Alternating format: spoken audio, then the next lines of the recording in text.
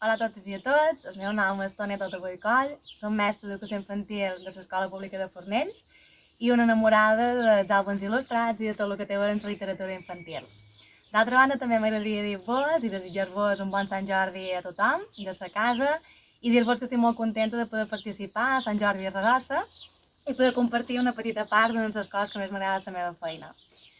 Durant aquests 9 anys que he estat dins les aules, he anat descobrint, òbviament, noves lectures, nous àlbums il·lustrats, i he anat corroborant de qualque manera que el conte, juntament amb l'art i el joc, és un dels principals mons dels infants, i que com a tal mereix tenir un lloc i un temps especial, una cura dolça i amorosa, tant a casa com a escola com a mig al carrer, una volta mos deixin, i per això crec que han de ser responsables a l'hora d'escollir qualsevol obra literària. De fet, fa un poc més d'un mes, a l'escola, juntament amb les famílies, van dur a terme una tertúlia literària on xerràvem precisament d'aquest fet i on se va plantejar preguntes que crec que tenen un ressò important i que per tant val la pena que siguin compartides, com ara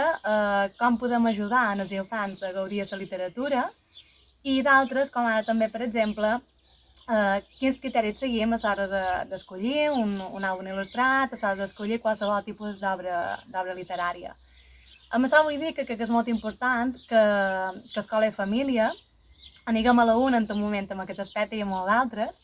i que per tant siguem conscients que un dels principals regals que podem fer als nostres fills i filletes és precisament regalar lectures, regalar històries, debats i demés i ajudar-los així a créixer amb una personalitat sana, respectuosa,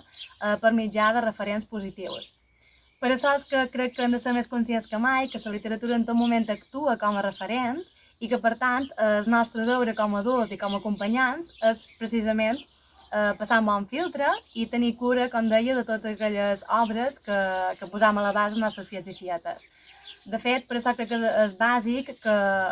ens formem, que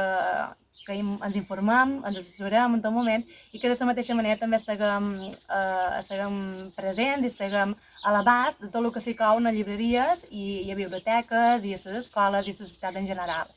Per això és que si me demanessin quines són aquelles 5 coses, aquelles 5 característiques que sí o sí ha de tenir un bon àlbum il·lustrat, crec que, tot i que m'acosta reduir-les tant, crec que en primer lloc diria que crec que és bàsic que comptem amb il·lustracions treballades, amb una cura estètica especial i que per tant fugiguem en tot moment d'estereotips i d'imatges excessivament infantilitzades. De la mateixa manera, crec que també és bàsic que partiguem de bons referents, tant femenins com masculins, i que, per tant, en tot moment es treballi l'equitat de gènere de manera natural i global. Així com també crec que és molt important que es tingui en compte i que, per tant, es doni cabuda un llenguatge ric, un llenguatge elaborat, on es fomenti també el pensament crític i creatiu i que de la mateixa manera desperti, per tant, l'il·lusió, l'emoció, tant a petits com a grans. Crec que si aconseguim, almenys, aquestes 5 característiques, tenim molt de fet.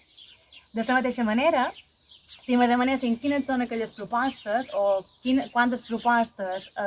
poden sorgir a través d'àlbums il·lustrats, crec que molts o pràcticament tots dirien que són infinites. Crec que hem de ser conscients que a través dels contes és possible treballar infinitat de coses, però sí que és cert que hem d'anar una miqueta alerta i hem de tenir cura i fugir de l'excessiva instrumentalització d'aquests, ja que per si sols tenen un valor estètic i educatiu prou fort. No obstant, jo que m'agrada molt també aprofitar, com deia, els contes per poder fer una passeta més dins les aules i l'escola en general, crec que també és important que els aprofitem, com deia, i que partiguem de propostes dolces, propostes amoroses, que ens ajudin a créixer tots, tant infants com a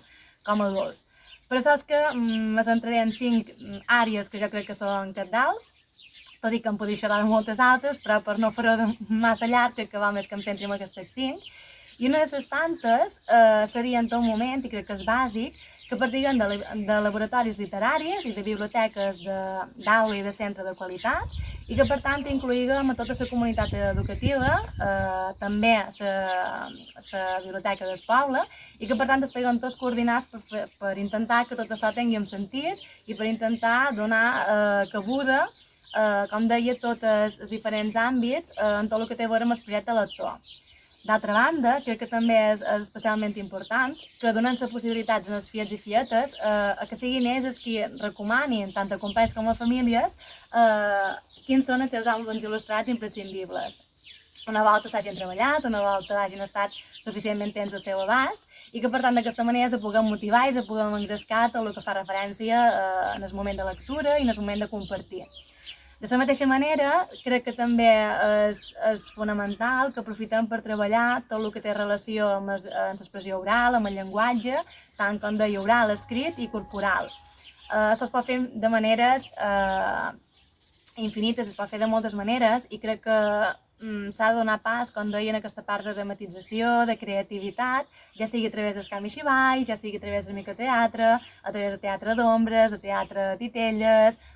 teatre negre, etc. Hi ha infinitat de possibilitats i crec que això el polit és poder-nos formar i poder-nos anar cercant noves maneres que despertin l'interès també dels més petits. De la mateixa manera, crec que a través dels àlbums il·lustrats és possible treballar tot el que fa referència a la creativitat, ja sigui a través de l'invenció d'històries, a través de capgirar personatges, estereotips, invenció de nous finals i principis. Vull dir, es poden fer infinitat de coses i crec que s'ho hem d'aprofitar, ho hem de lluir.